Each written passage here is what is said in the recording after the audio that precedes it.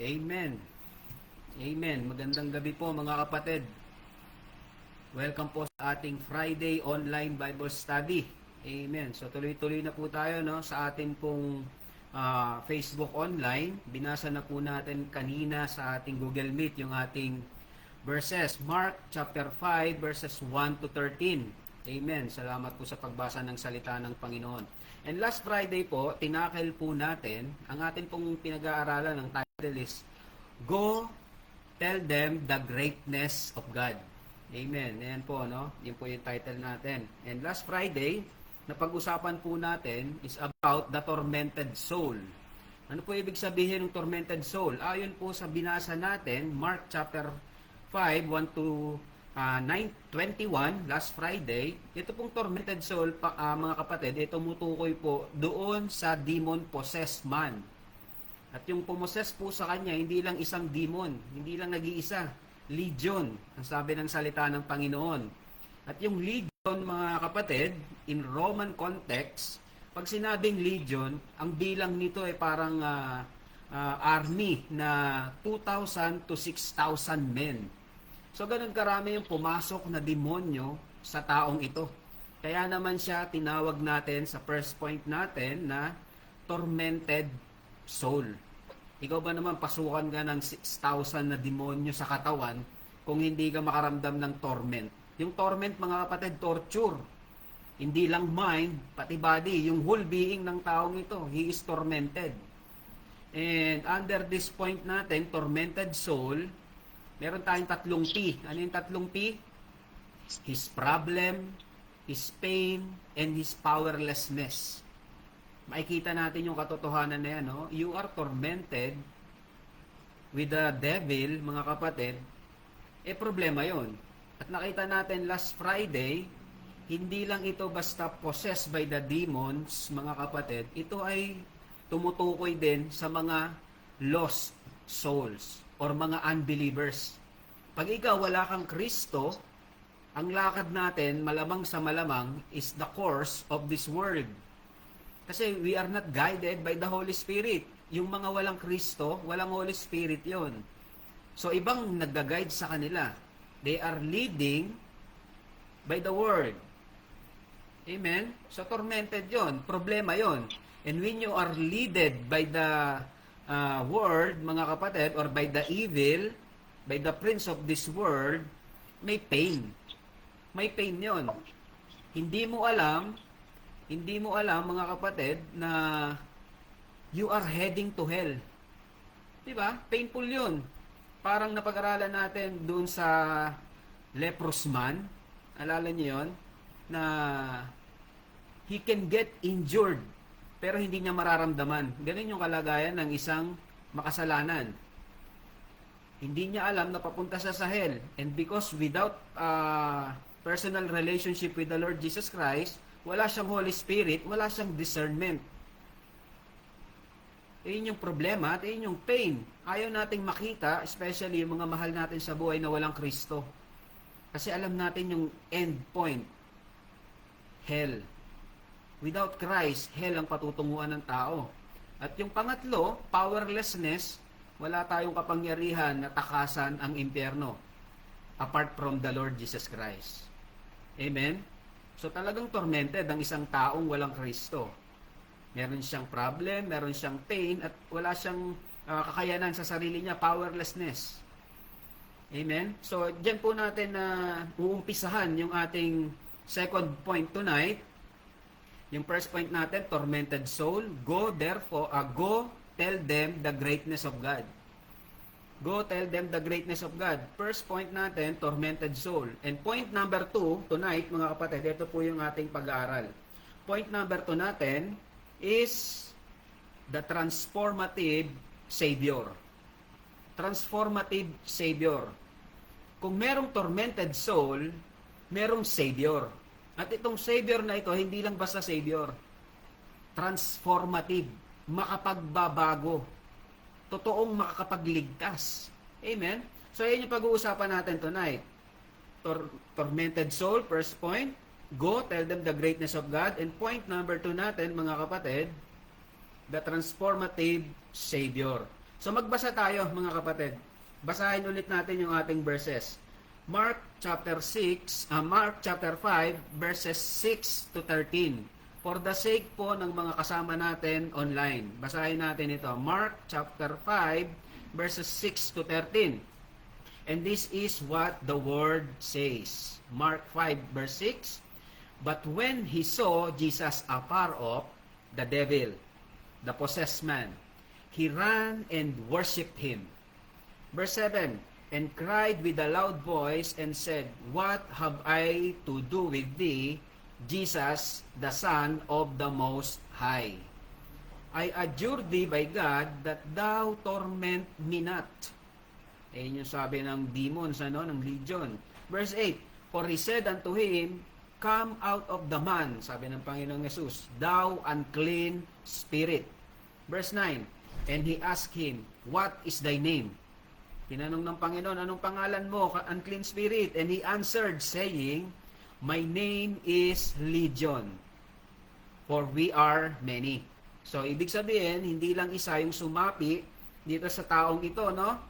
Legion. At pag-aralan natin last Friday, yung Legion is about 2,000 to 6,000 demons. So, ang dami, Verse 10, and he besought him much that he would not send them away out of the country. Nakiusap pa yung demonyo, yung mga demonyo sa Panginoong Yesus. Huwag daw silang paalisin sa country. And verse 11, now there was there nigh unto the mountains a great herd of swine feeding. May babuyan doon, may kainan ng may babuyan doon, sa mountain. Verse 12, and all the devils besought him saying, imagine niyo na lang yung all demons, sabay-sabay sila nagsasalita, nakikiusap sa Panginoon. Send us into the swine, that we may enter into them. Nakikiusap mga demonyo, Verse 13. Verse 13, ang sagot ng Panginoong Yesus, and forthwith Jesus gave them leave. So binigyan ng permiso ng Panginoon.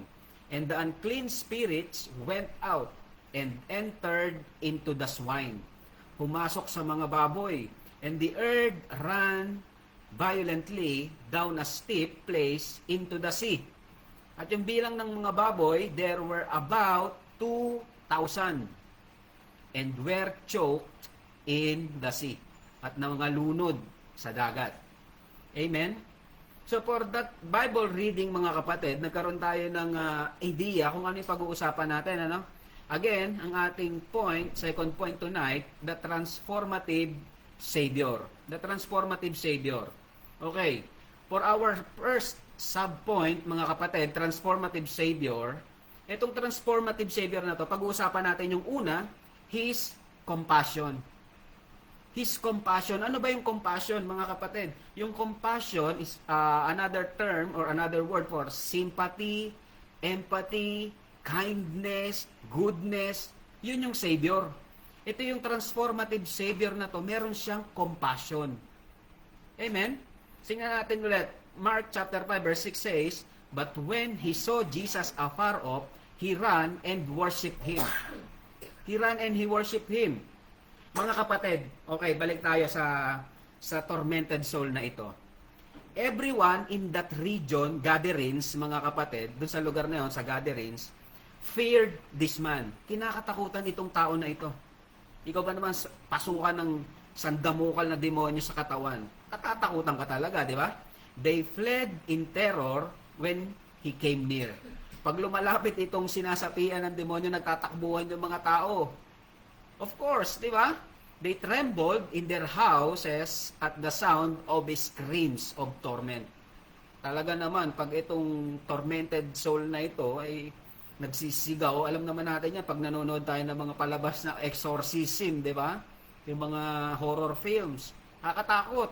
And children, mga kapatid, were warned, beware of that crazy man in the cemetery. Actually, hindi siya crazy. He was possessed. Diba? Everyone avoided this man. Iniiwasan. Everyone that is, but Jesus never. Hindi ang Panginoong Jesucristo. Hindi siya iniwasan ng Panginoong Jesucristo. May compassion ng Panginoon. First subpoint natin is compassion. Jesus Christ did not avoid this man. Hindi niya iniwasan. Alam nyo, mga kapatid, tayong mga tao, minsan critical tayo di ba? Pag nakita natin, ay, makasalanan yan. Ay, hindi maganda ugali niyan. Anong initial reaction natin? Diba, iwas, layo, avoid. Baka mahawa ako dyan. Di ba? Nakakatakot ma-associate dyan. Makasalanan yan. Nangyayari? Di ba totoo? May mga taong ganyan. Ay, ayoko dyan kasi nag-commit yan ng ganito, ganyan. Wow, ang linis mo. Amen? Ang Panginoon hindi ganyan tumingin. Jesus Christ did not avoid this man. Actually, He made a special trip across the sea. And prior to this chapter 5, mga kapatid, chapter 4, sinuong ng Panginoong Jesucristo ang storm. Natatandaan niyo yung lesson natin doon sa Mark chapter 4? The Lord Jesus Christ calmed the sea. Ang sabi niya, peace be still. Nilusog ng Panginoon ang storm sa dagat para tumawid at puntahan itong man na ina-avoid ng lahat. Yun yung compassion ng Panginoon. Di ba? Antindihan, no? Simply because the Lord Jesus Christ, He wanted to deliver this one man from the grip of Satan. Nag-iisa lang to. Iniwan niya yung 5,000 para puntahan ito. Tumawid sa dagat na may bagyo. Di ba? Mark chapter 4 verse 35. Balikan natin. Baka sabihin niyo naman, nag-iimbento tayo dito eh. Mark chapter 4 verse 35. And the same day, when the even was come, paggabi na to eh, tapos na siyang magturo sa maraming tao. He saith unto them, sa mga disciples niya, let us pass over unto the other side. Tumawid tayo sa kabila. Sa kabilang pangpang. Kasi dagat eh. Pupunta sila doon sa kabila. Amen? Yun yung compassion ng Panginoon. Kahit sa nag-iisang tao na ito, tumawid siya para puntahan ito. And everyone else feared, etong nakakatakot kasi, nakakalungkot kasi rin eh. Everyone else feared, avoided, and despised this man. Talagang kinukutya itong taong ito, ayaw nilang malapitan. And Jesus had compassion on him. Di ba? Kung kilala mo ang Panginoong Jesucristo na ganyan with compassion, aba, it's a big blessing, mga kapatid. Kasi alam nyo kung ano ang totoo? Para tayong demon-possessed before we got saved. Di ba? Tayo yun to eh. Tayo yung taong ito before we got saved. But Jesus made a way. Jesus made a way. Amen? Kaya ka ngayon nakikinig dito, may isang araw at pagkakataon na lumapit sa iyo si Kristo. May isang tao siya na ginamit para marinig mo yung gospel. Amen? Ganyan ka-compassionate ang Panginoong Jesucristo. Jesus cared about the condition he was in. And Jesus was moved to do something about it. May gagawin ang Panginoon. And this man was not even a Jew. Hindi ito Hudyo. Mga kapatid, Gentile ito. Amen? He was a Gentile and still the Lord reached out to him. Kaya mga kapatid, ang challenge sa atin and exhortation, be thankful, kung ikaw nakikinig ngayon, be thankful if someone is trying to reach out to you. Kung may nagre-reach out sa iyo, wanting to share the gospel, mga kapatid, they may be God's appointed person to be a channel of His salvation. Huwag mong i-reject. Amen? Kaso nakakalungkot ngayon mga kapatid eh. Lapitan mo, sharean mo ng salita ng Panginoon, sasabihin, narinig ko na yan. No thanks. Eh, Christian din ako. Sige, okay na. Kung Kristiyano ka, mas lalo kang matuwa kasi ang pag-uusapan natin, salita ng Panginoon. Di ba? Ay, hindi. Nag-church din ako, okay lang ako. Ganun ba dapat yung attitude ng isang Kristiyano? Di ba hindi? So, thank God for the boundless love and endless compassion of our Lord and Savior Jesus Christ. Praise the Lord, there are no hopeless case with Him. Walang hopeless sa Panginoon. Amen? Walang hopeless sa Panginoon. Sometimes, we see people we think that some are a lost of a cause. Parang wala nang pag-asa. Minsan pag tinignan mo isang tao, wala nang pag-asang maligtas yan. Hindi na magbabago yan. Nakakaranas na kayo ng ganyan? O naranasan nyo na yan, sabihin sa ibang tao.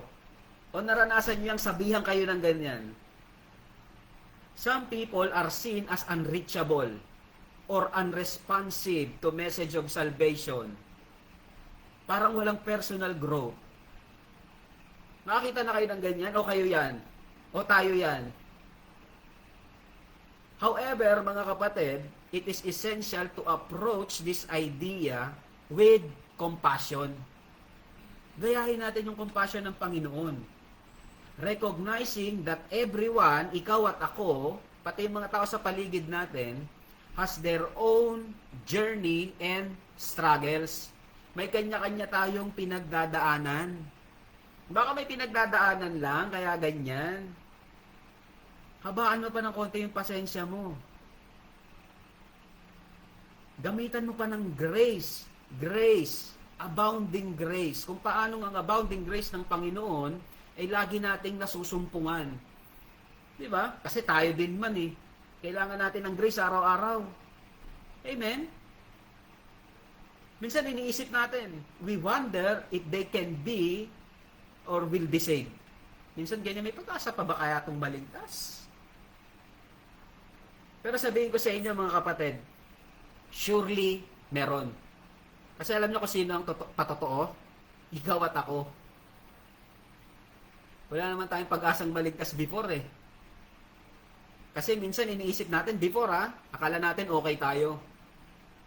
Akala natin wala tayong problema. Until naunawaan natin that we need a Savior.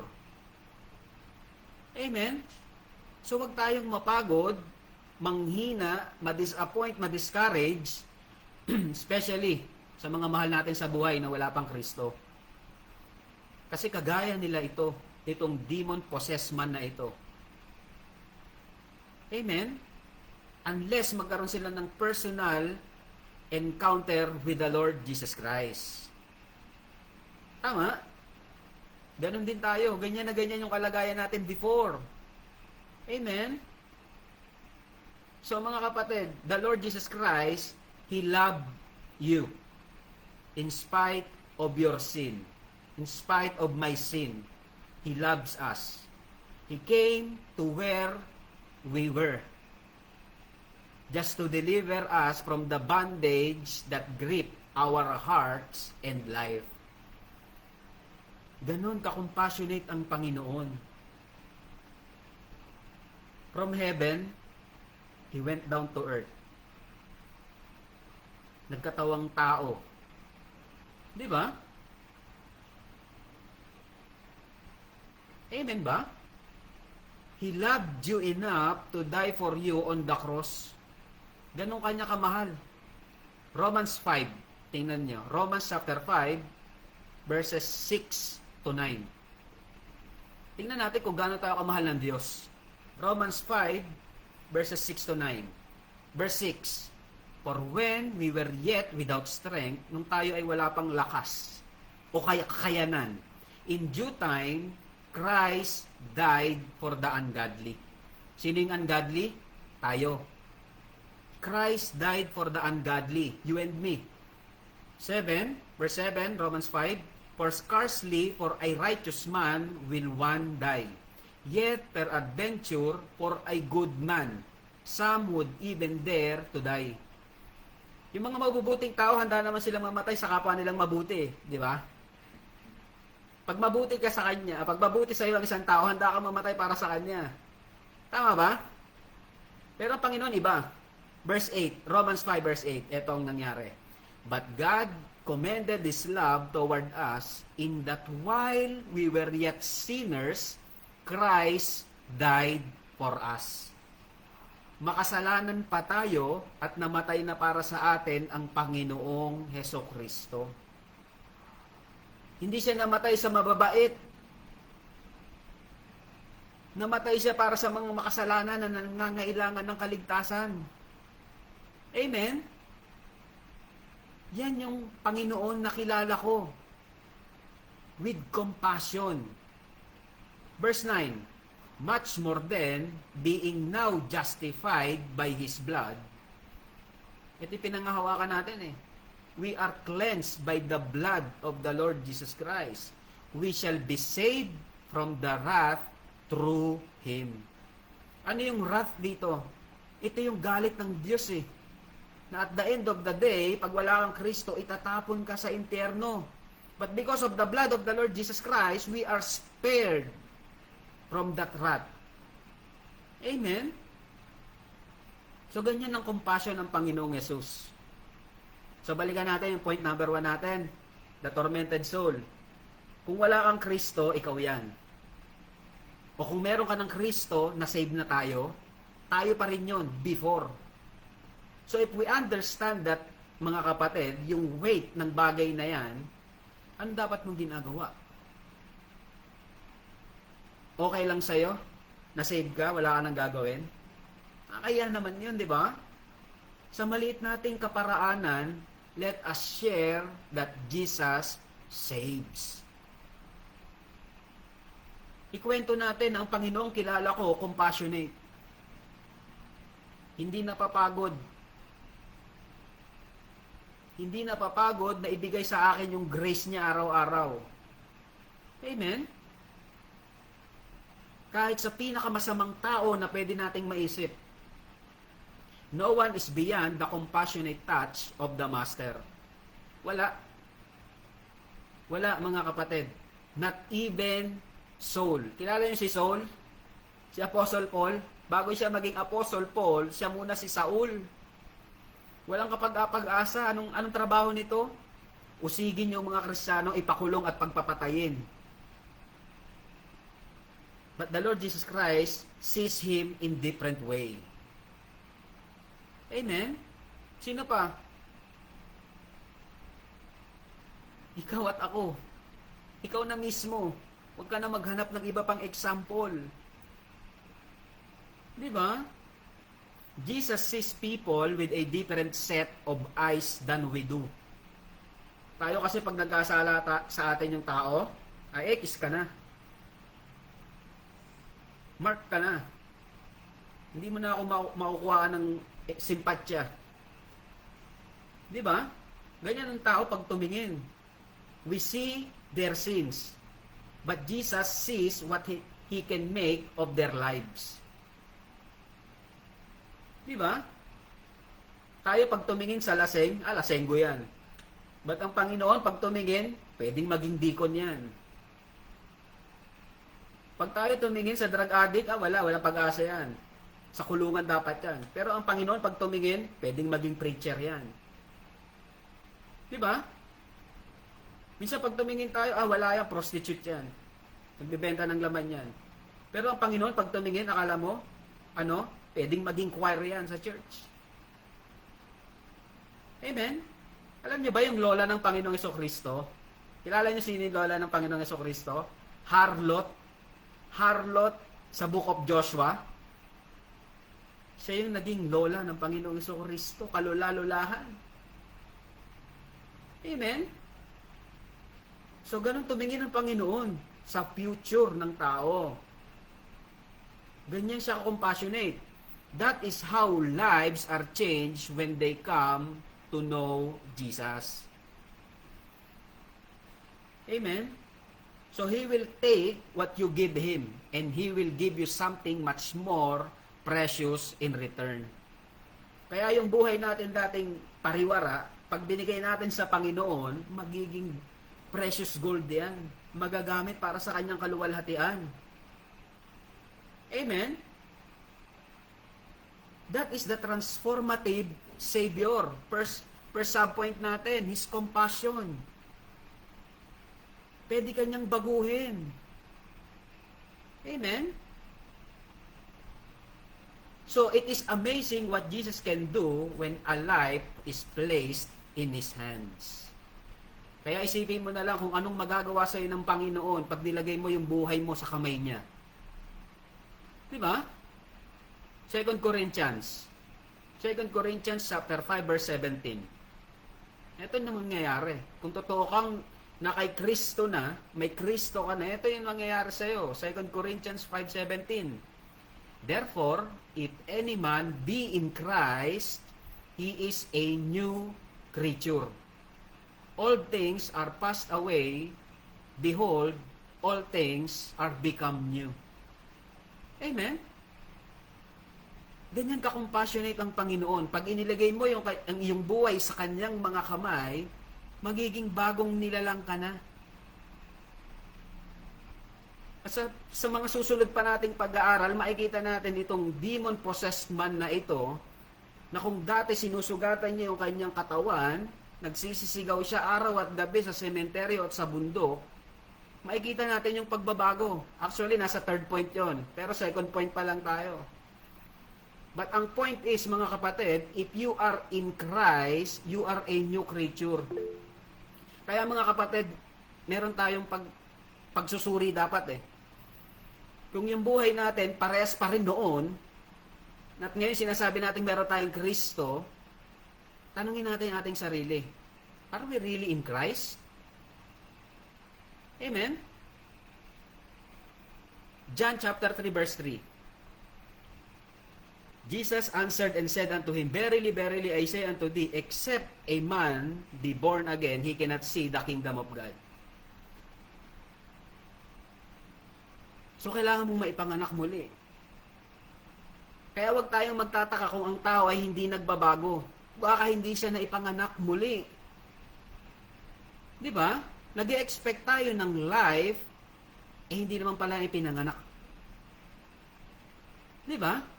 Hindi ka makakapag-expect ng life sa hindi pinapanganak pa. Kaya nga, born again. Amen? John 3 verse 7. Marvel not that I said unto thee, ye must be born again. Kaya mga kapatid, kung naririnig mo itong pag-aaral na ito, binibigyan ka ng pagkakataon ng Panginoon, ikaw at ako, para maunawaan kung gaano siya ka-compassionate sa akin at sa iyo. Kung wala kang Kristo, para sa iyo to. You need to accept Him as your personal Lord and Savior. Accept His finished work for your salvation. He died, buried, and 3 days later, He rose back again. Amen? Kasi wala tayong ibang mensahe dito kung hindi si Kristo. Yan yung ating first subpoint. Amen? His compassion. Again, second point natin, the transformative Savior. First subpoint, His compassion. Second subpoint, His confrontation. His confrontation, mga kapatid. Ang Panginoon, hindi niya tinotolerate ang kasalanan. Naniniwala kayo doon? Kung ikaw hindi ka nakakaramdam ng guilty feelings pag nagkakasala ka, baka wala kang Holy Spirit.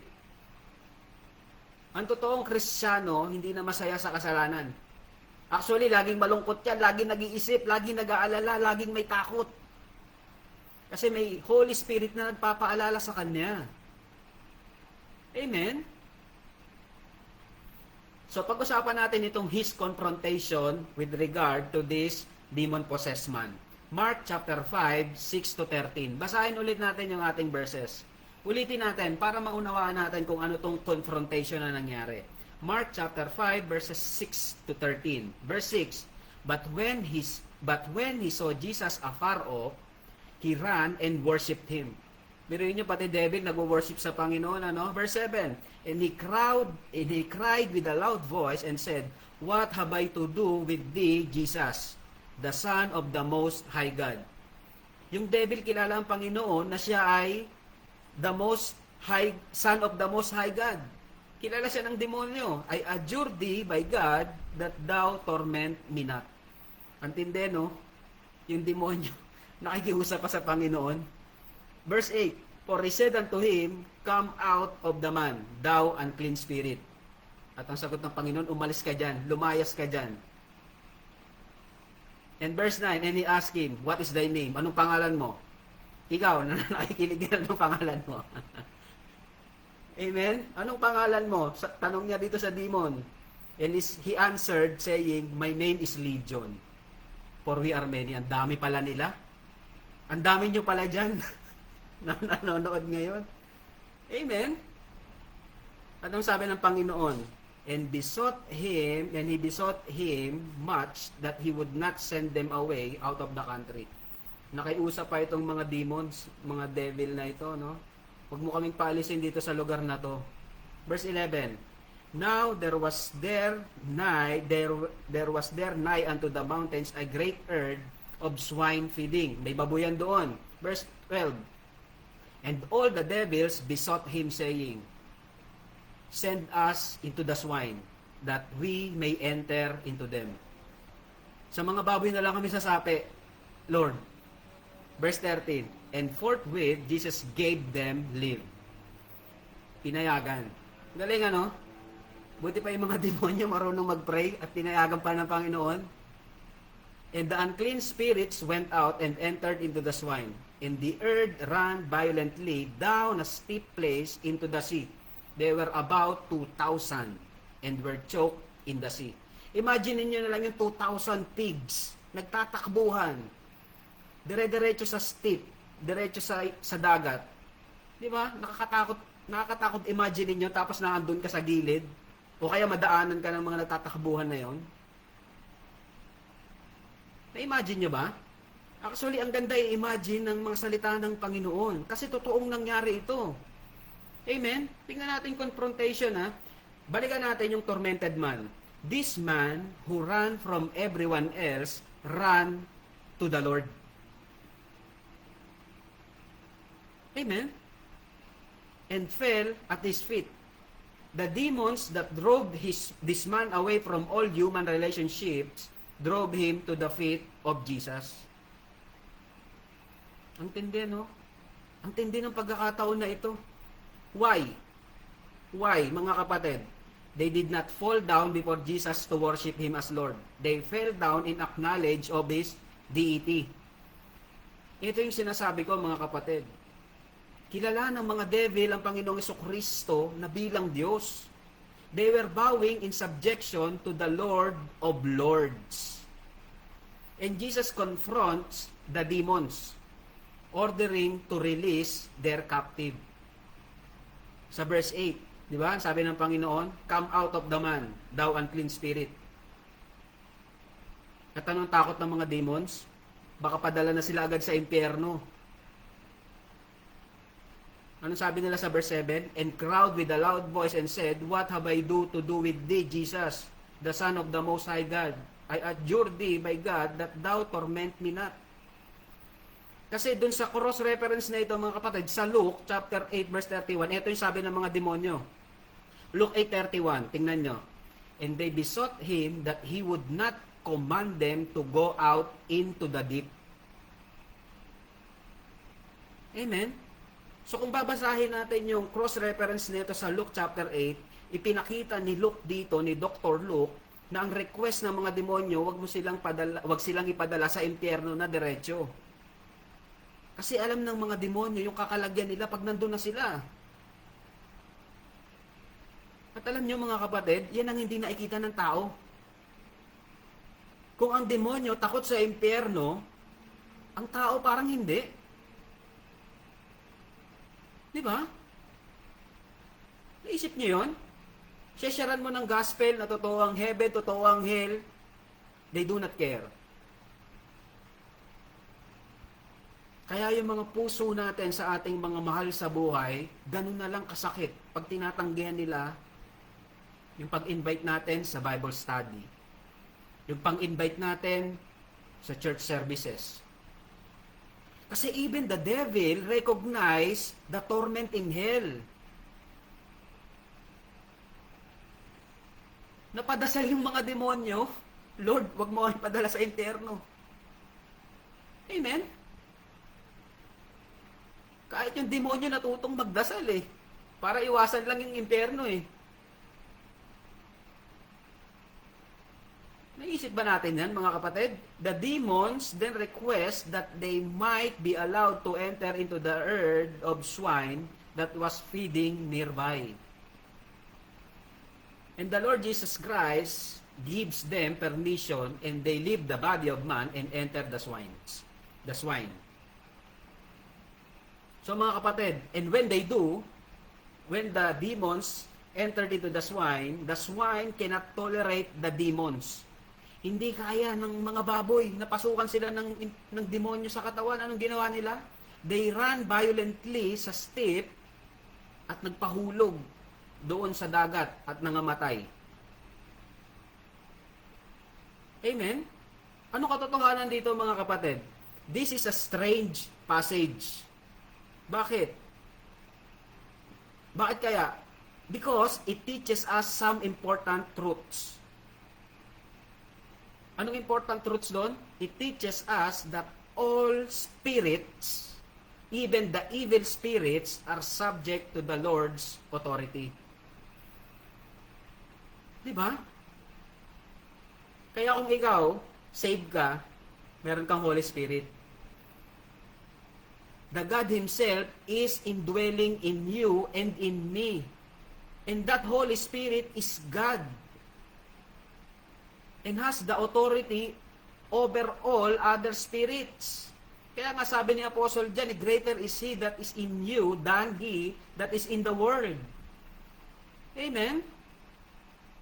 So they recognize the position of the Lord Jesus Christ and His authority. They know they must have His permission to do the things they do.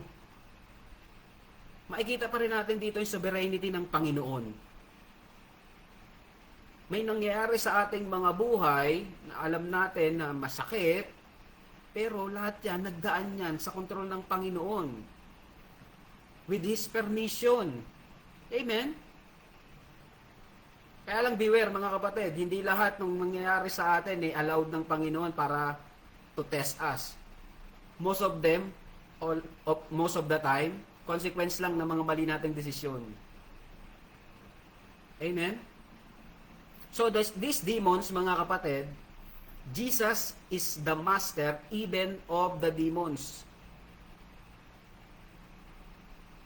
Ang tao, master, demon Sinusunod mga demonyo. Paano ko nasabi yon? Manood ka na lang ng mga news. Kung gaano katindi yung mga crimes na nangyayari. Di ba? So mga kapatid, kung sa tingin natin, it often looks like the devil is walking off with the victory. Kasi laganap yung kasamaan di ba? Parang nagtatagumpay yung demonyo. If you think that way, you need to read Revelation 20 verse 10. Revelation 20 verse 10, yan yung endpoint nila Itatapon sila sa impyerno. The lake of fire. This verse tells us that Satan will be cast into the lake of fire. Actually, this war between God and the evil is over. And Jesus is the victor. Kaya kung meron tayong Kristo, we are more than conquerors. Amen? So isa yun, isa pwede nating maintindihan dito, that even the demons nagpapasubject sa authority ng Panginoong Jesucristo. Isa pang truth about this. The one man, yung tormented soul, yung isang tao na yon, that one man could tolerate a legion of demons. 6,000 demons pumasok sa kanya, kaya niya pa rin. Di ba? Buhay pa rin siya. Anong katotohanan niyan, mga kapatid? The Roman legion again consisted around of 6,000 soldiers. And if you do the math, pumasok sila sa 2,000 swine. Di ba? Anong mangyayari doon? That comes out of 3 demons per pig. Imagine nyo, isang baboy, 3 demonyo. And this pig could not tolerate the presence of the devil and they committed suicide. Amen? Yung mga baboy, they cannot stand just a few demons. Yet, this man was able to live with 8,000. Amen? Ganon karami yung capacity ng nanirahan dito sa taong ito ng matagal na panahon. Anong ibig sabihin nun, mga kapatid? We, men, we are in our sinful nature without Christ. At kaya nating makibibes sa demonyo. Pansin nyo, yung mga tao ngayon, yung binasa natin sa Romans 8, di ba? Pag wala kang Kristo, normal lang sa'yong magkasala. Normal sa'yong magkasala pag wala kang Kristo. You can tolerate it without Christ. Pero yung baboy, hindi. Di ba? Pansin nyo, yung mga hayop, partner-partner sila, lalaki-babae. Pero ngayon, yung sa panahon natin, lalaki sa lalaki, pwede. Babae sa babae, pwede. Diba? Imagine. So, mga kapatid, if Jesus granted the request of the legion of demons at that moment,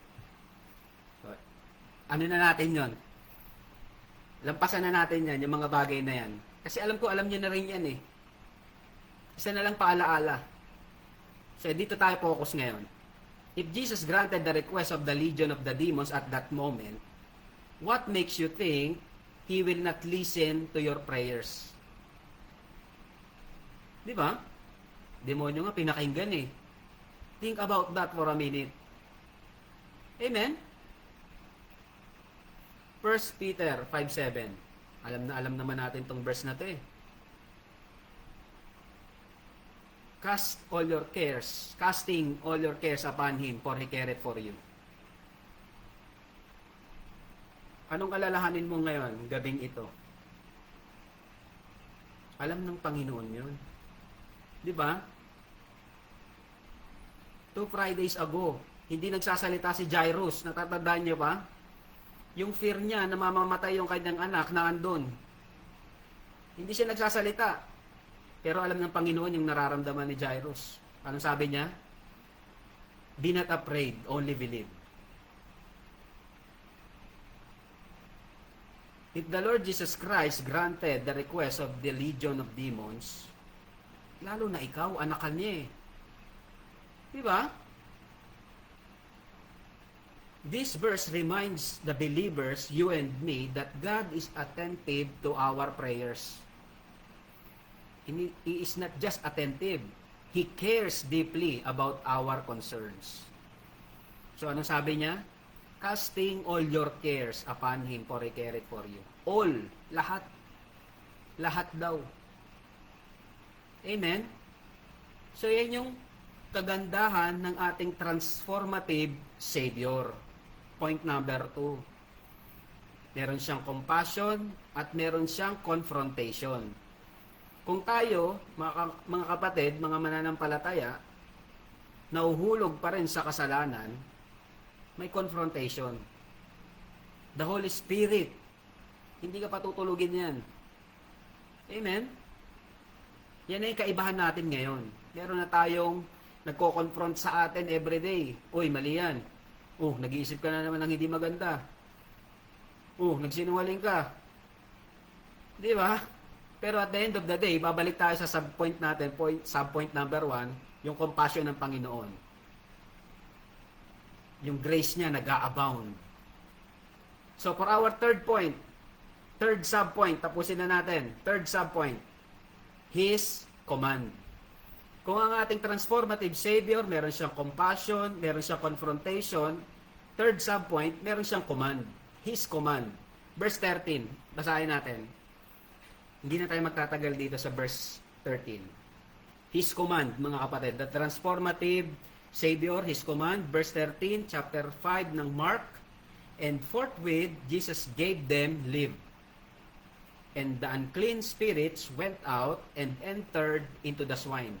And the earth ran violently down a steep place into the sea. There were about 2,000 and were choked in the sea.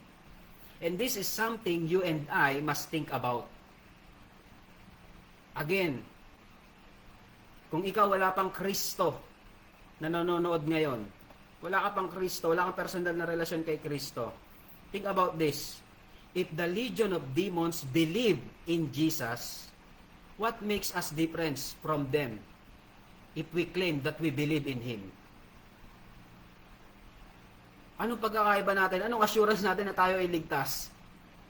Yung devil naniniwala din eh. James 2:19, tingnan nyo. James chapter 2 verse 19.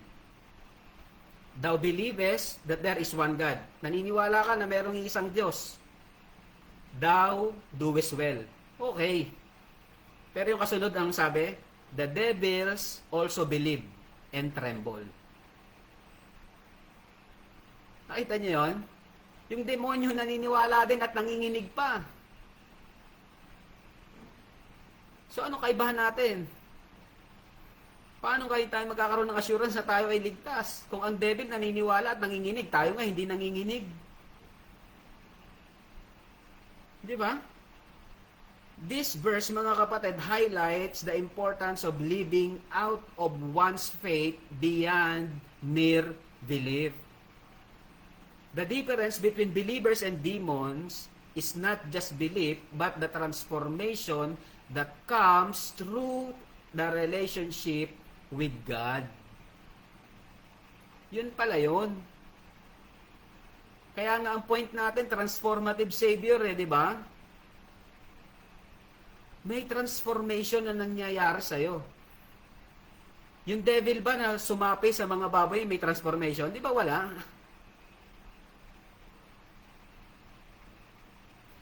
Makikita natin dito yung contrast ng belief and faith. Believing in God is different from having faith in Him. Magkaiba yon. Demons believe, but it's not a saving faith. Maraming naniniwala pero it's not saving faith. Number 2, fear of God.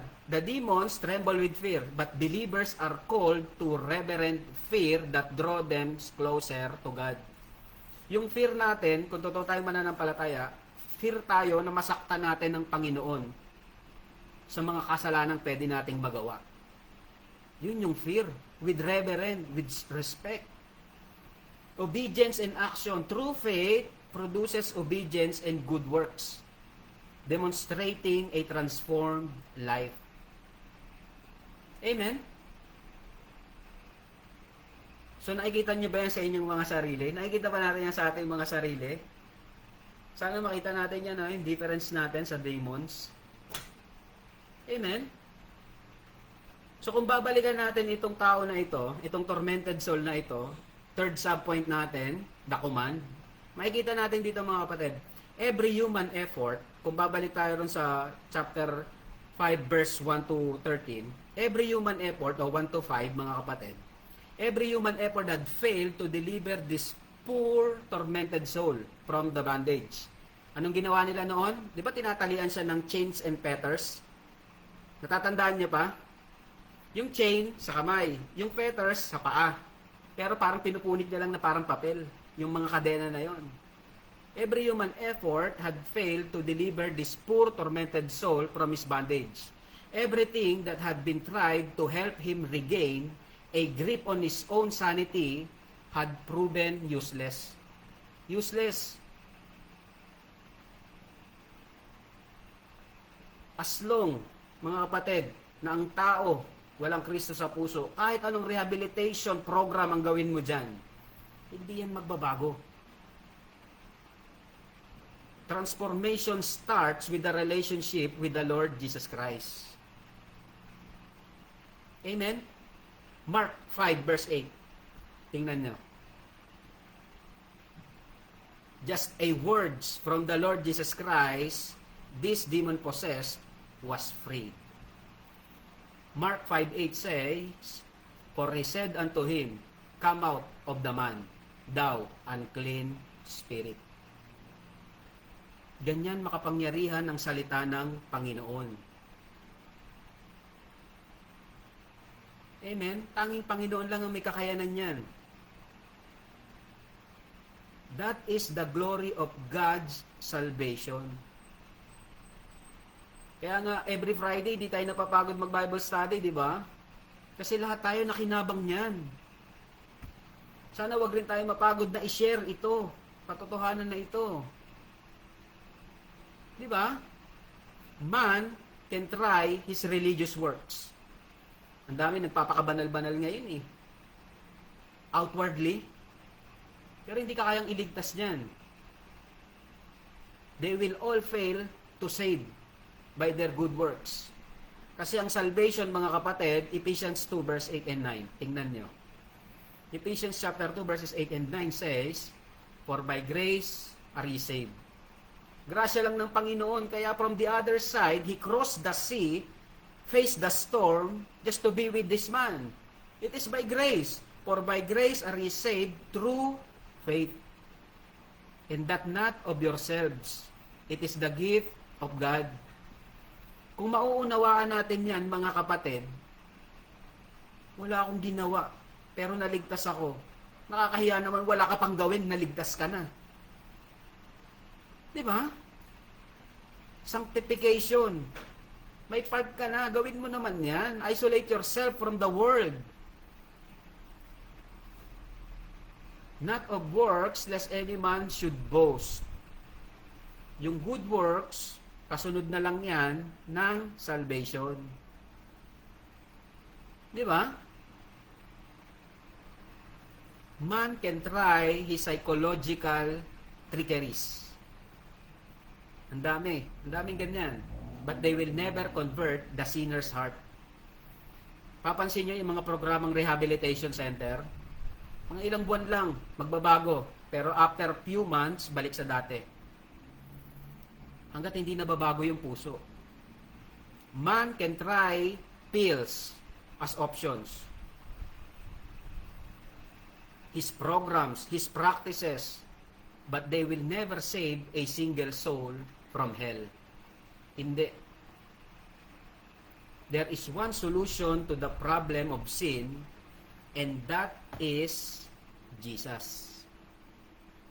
That is Jesus. Ang question, mga kapatid, when was the last time you shared Jesus to your fallen relatives? Kailan? There is only one hope for those trapped in life of sin. Saan? May hope. And the hope will be found in Jesus Himself. John 14:6. John 14:6 says, Jesus saith unto him, I am the way, the truth, and the life, and no man cometh unto the Father, but by me. Hindi church. Hindi yung pag-anib mo sa church ang magliligtas sa'yo. Hindi yung baptism mo. Hindi yung good works mo. The finished work of the Lord Jesus Christ. John 3:16 to 19.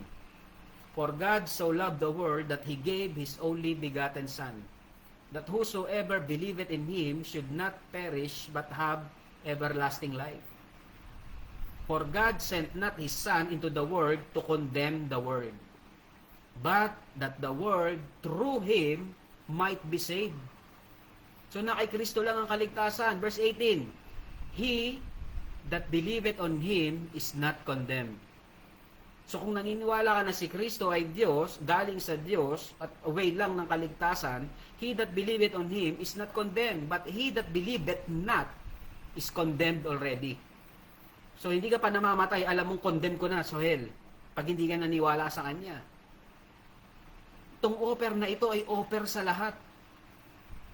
Wala siyang pinili na mapupunta sa impyerno o mapupunta sa langit. Lahat gusto niya sa langit eh. That's why we need to decide. Because he hath not believed in the name of the only begotten Son of God. Verse 19, and this is the condemnation, that light is come into the world, and man loved darkness rather than light, because their deeds were evil. Amen? So sana malinaw yan mga kapatid. 1 John chapter 5. 1 John chapter 5, 12 and 13. He that hath the Son hath life. And he that hath not the Son of God hath not life. Di ba malinaw naman? Kung wala kang Kristo, wala kang buhay. Verse 13. These things have I written unto you that believe on the name of the Son of God. Ano yung name of God? Son of the name of God? Jesus. That ye may know that ye have what? Eternal life. So dito pa lang sa lupa, alam mo na may eternal life ka with Jesus. And that ye may believe on the name of the Son of God. Kaya tayo mga kapatid, naniniwala tayo na si Kristo ay Diyos na kayang iligtas tayo in eternity. Once saved, always saved. Yan yung Kristo na kilala ko. Amen? Kapag nangako, everlasting life. Hindi may expiration. Hindi contractual basis. Di ba? So, diyan natin tatapusin yung ating Bible study, mga kapatid. Kung ikaw ay tormented soul ngayon, there is a transformative Savior. Kung ikaw ay dating tormented soul before, at nakilala mo yung transformative Savior, the Lord Jesus Christ, you have to do something. Kasi meron ka pang mga loved ones na wala pang Kristo. And they are tormented. Konti na lang yung panahon. Hindi nga natin alam kung kailan tayo mabubuhay pa eh. Baka pagtapos ng Bible study na to, bukas hindi na ako magising. At least meron tayong Bible study tonight na pwede nyong i-replay sa mga susunod pang panahon. Di ba? Naalala ko na naman yung favorite quote ko eh. Nabasa ko lang to. Ang sabi, when it's time to die, just die. Ano ibig sabihin nun? Kung wala ka ng regret, wala ka nang iisipin kasi nagawa mo na yung lahat para sa Panginoon. Yung wala ka ng pagsisisihan na hindi ko nasiran yung mahal ko sa buhay na ito, si ganyan. When it's time to die, just die. Because you did your part as a believer of the Lord Jesus Christ. Amen? So, sa mga narinig nating katotohanan tonight, balik tayo sa ating title. Go, tell them the greatness of God. The tormented soul and the transformative Savior. His compassion, His confrontation, and His command. Amen? So God bless you, mga kapatid, and to God be the glory. I hope and I pray naging pagpapala yung pag-aaral natin ng salita ng Panginoon. At magagamit natin bilang mananampalataya paglakad natin kasama ang Panginoong Jesucristo. Amen? So God bless you mga kapatid, and to God be the glory. Amen. Before we end, tingnan natin itong ating Facebook online. Tingnan natin kung sino yung ating mga nakasama ngayong gabi bago tayo pumunta sa ating Google Meet. Amen. Tingnan natin sino mga nandito. Amen. Sister Jolly, good evening. Amen. Ate Eden, praise the Lord. Amen. Sister Marisol, amen. Praise the Lord, Sister Marisol. Nanay Fe, amen po, Nanay Fe. Sister Marife, amen. Magandang gabi din po. And Kian, amen. Nagtatype din si Kian dito, amen. Brother Benjamin, amen. Amen, amen. Ate MJ, praise God.